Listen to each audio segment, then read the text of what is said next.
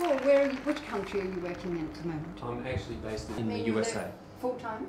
I come back here for 2 months each year, so I keep my attachment to Australia. I say I'm coming back on sabbatical, so I can keep my culture.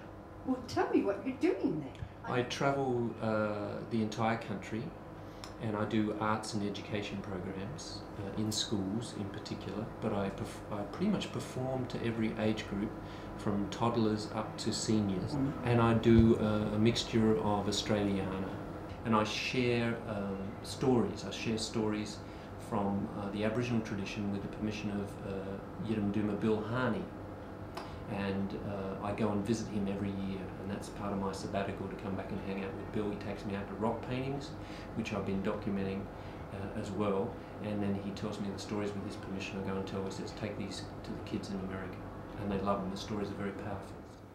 And so, often around a campfire, making a cup of tea, okay, is when the real education, and the campfire is like the television set, and this is the time where the kids learn that the stars are sacred. And if you've lost somebody, if somebody is gone in your family, and say you lost your mum, for example, that your grandparents and your uncles and aunties will show you, as you're lying there at night, they'll actually show you which particular star that she's gone to.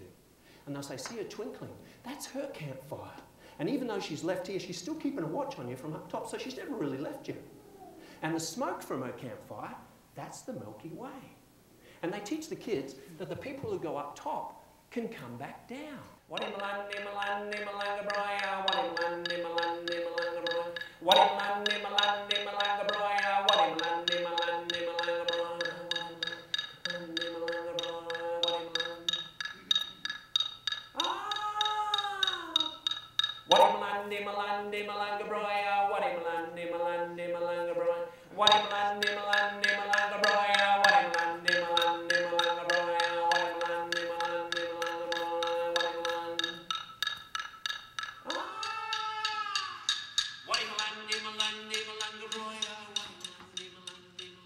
let's imagine that what we're going to be singing is we're going to sing the Missouri River as it goes through America.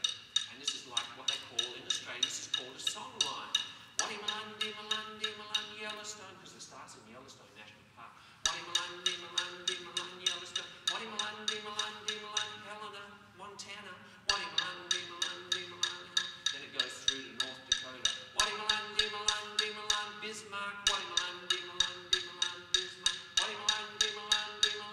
Omaha, now it's in Nebraska.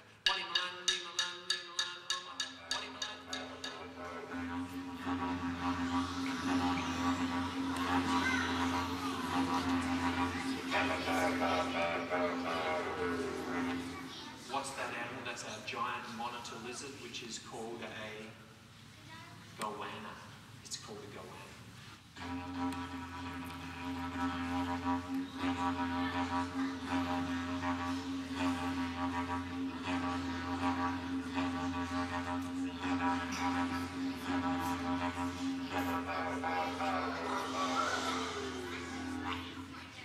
These are all my girlfriends.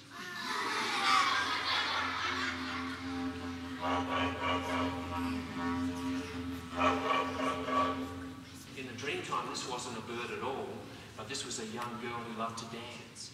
And people used to come around all over the country for hundreds of miles to see this girl dance every evening around the campfires, and she loved to dance for the old people around the campfires at night. And her name was Brolga.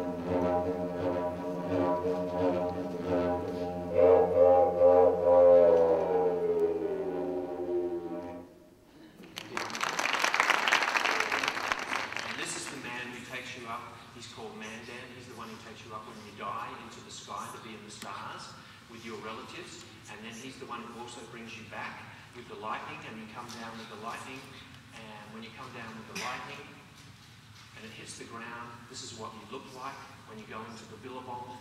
Then Rainbow feeds you the green algae at the bottom of the billabong. When he feeds you the green algae and your tummy's full, he says, go out and find your mum and dad.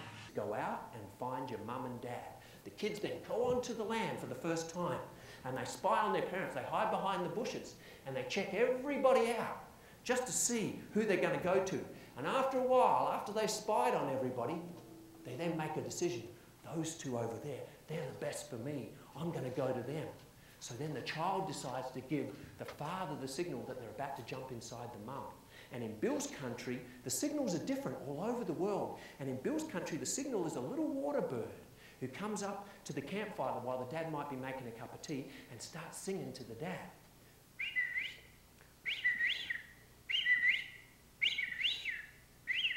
Hey, there's a little water bird singing to me.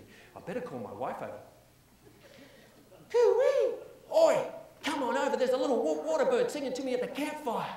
And as the wife comes on over, they both look back at the bird and it disappears. That's a signal to the dad that the baby's just jumped inside the mum. So in the Aboriginal way of teaching, they teach the kids that you choose your parents. Your parents don't choose you. So you can't really blame your parents for anything. Because you picked them out.